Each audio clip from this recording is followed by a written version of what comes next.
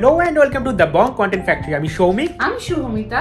আমরা আজকে দীঘা ভ্রমণে বেরোচ্ছি, তাও আবার সন্ধ্যাবেলা। তো সন্ধ্যাবেলায় দীঘাতে যে জায়গাটা একমাত্র খোলা থাকে আর যেটা সুন্দর দেখতে, সেটা হচ্ছে ঢেউসাগর। ঢেউসাগরের লাইটিং কিন্তু আগেরবার তোমাদের দেখাইনি, আমরা গেছিলাম সকালবেলা, তাই জন্য এবার যাচ্ছি আমরা সন্ধ্যেবেলা। হ্যাঁ, মানে 7:30 বেজে গেছে, রাত সন্ধ্যে দুটোই বলা যায়। তো চলো দেখা যাক ঢেউসাগরটা সন্ধ্যাবেলায় কেমন দেখতে লাগে, তোমাদের সাথে শেয়ার করব। চলো আমাদের সাথে।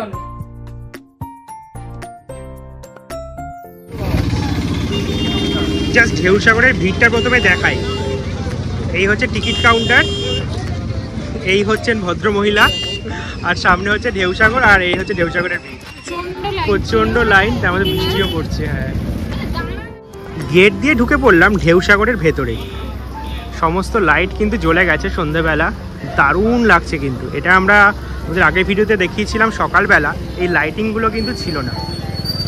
এই কারণে সবাই সন্ধ্যাবেলাই আসে এখানটা, মানে সকালবেলা বেসিক্যালি তেমন কিছু করার নেই, একদম ফাঁকা ছিল। হ্যাঁ, আমরা 5 জন না 6 জন এসেছিলাম, জাস্ট, আর কেউ ছিল না। বৃষ্টি পড়ছে, তার মধ্যেই মানুষ হেঁটে চলেছে। দেখা যাক সামনে আর কি কি আছে। হ্যাঁ, এখানে কিন্তু একটা টয় ট্রেনও চলছে।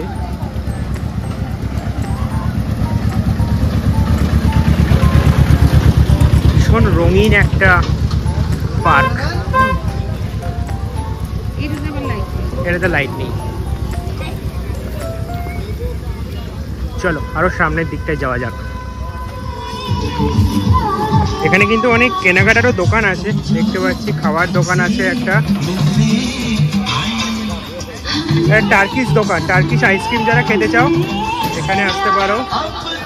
তার পাশে আছে উৎসব ফুডি,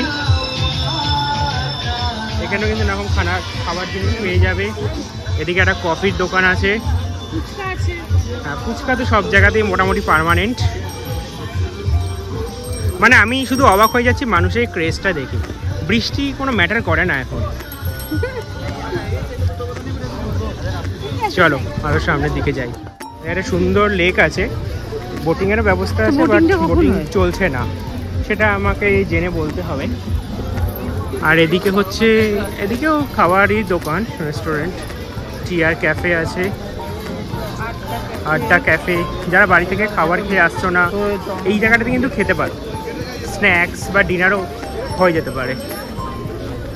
অনেক মানুষ কিন্তু খাচ্ছেন। এখন দাঁড়িয়ে আছি আমরা আইফেল টাওয়ারের সামনে।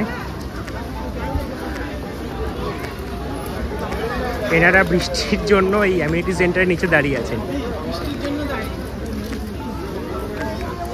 চলো আর একটু সামনের দিকটায় যাওয়া যাক। এটা কিন্তু দীঘার অন্যতম ফটোজেনিক প্লেস, যে আই লাভ ঢেউসাগর। এই জায়গাটায় কিন্তু, হ্যাঁ, সকালে তখন আলো ছিল না, একটু নিষ্প্রভ লাগছিল। এখন সন্ধ্যাবেলায় যেন আরো সুন্দর লাগছে। হ্যাঁ, এসের লাইটটা ফিউজ হয়ে গেছে কোনো কারণে, বাট দেখতে খুবই ভালো লাগছে। চলো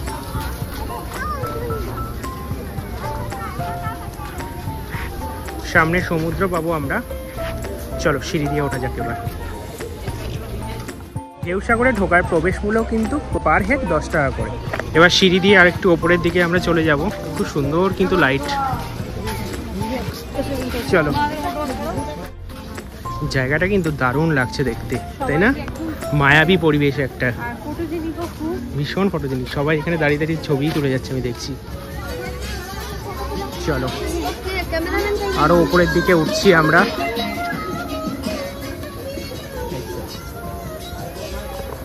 সামনে একটা ছোট্ট ব্রিজ, চারপাশটা দেখাই। তোমরা যারা ফটো তুলতে চাইছো তারা কিন্তু এই ঢেউসাগরে আসতে পারো। হাঁটতে হাঁটতে চলে এলাম ঢেউসাগরের একদম শেষ প্রান্তে। এখানে কিন্তু সোজা হচ্ছে সমুদ্র। এই জায়গাটা জাল দিয়ে ঘেরা আছে, আর দেখতে খুব সুন্দর জায়গাটা। কেমন লাগছে? খুব ভালো লাগছে। সমুদ্রের গর্জনটা, আওয়াজটা শুনি একদম খুব ভালো লাগে। আমার সমুদ্র বেশি প্রিয়।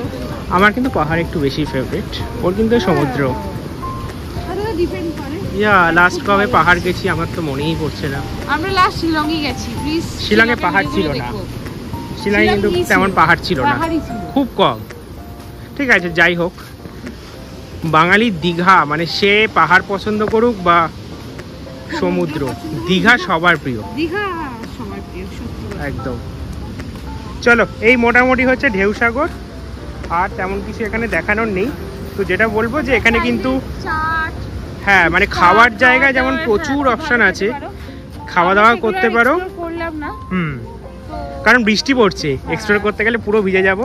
তো যাই হোক, আর যারা ফটো তুলতে চাইছো তারা কিন্তু এই জায়গাটাতে আসতেই পারো, বেশ ভালো লাগে। আগের বার দীঘাতে গিয়ে আমরা গেছিলাম কষে-কষাতে, তাই ভাবলাম এবার মিত্র ক্যাফে যাওয়া যাক। আর যারা কষে-কষার ভিডিওটা দেখোনি এখনো, ওপরে লিঙ্ক দেওয়া থাকলো, ক্লিক করে কিন্তু দেখে নিতে পারো। দীঘাতে বাঙালি খাবার খাওয়ার অন্যতম ঠিকানা কিন্তু মিত্র ক্যাফে। এটা হচ্ছে নিউ দীঘা সি বিচের একদম সামনে, আর এটা কিন্তু খুব রিসেন্টলি ওপেন হয়েছে। তো আমরা আজকে সেখানেই যাচ্ছি, মিত্র ক্যাফেতে। কিছু একটা স্ন্যাক্স খাওয়ার ইচ্ছা, চলো।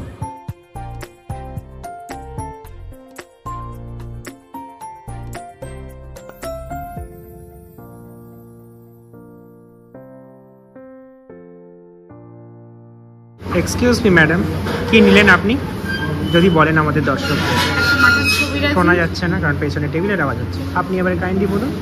Mutton kabiraji, mutton kabiraji, diamond fry, fish diamond fry, আর একটা cold drinks. Okay, diamond fish fry বল।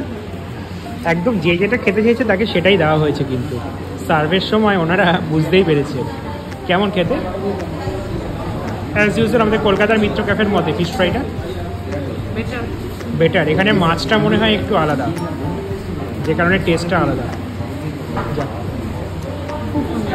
খুব সুন্দর। তাহলে এখানে আসলে কিন্তু এই ডায়মন্ড ফিশ ফ্রাইটা ট্রাই করতেই হবে, কলকাতার থেকে একদম different. Okay, got your point. এটা কি? দিস ইজ মাটন কবিরাজি। আমার বহুদিনের শখ মিত্র ক্যাফের মাটন কবিরাজি খাবো। ফাইনালি আমরা দীঘাতে এসে মাটন কবিরাজি খেতে চলেছি। চলো দেখা যাক। ভীষণ সফট, দুর্দান্ত, ভীষণ সফট। মাটনটা ভেতরে বোঝাই যাচ্ছে। তোমরা যারা ফিশ ভালো খাও তো ফিশ কবিরাজি ট্রাই করতে পারো, বা চিকেন খেলে চিকেন কবিরাজি, কারণ প্রন কবিরাজিও কিন্তু আছে। তোমাদের পার্সোনালি যেটা ফেভারিট ওনার উপর কবিরাজি ট্রাই করতে পারো, খুব ভালো লাগে। আমার খুব ভালো লেগেছে। চলো।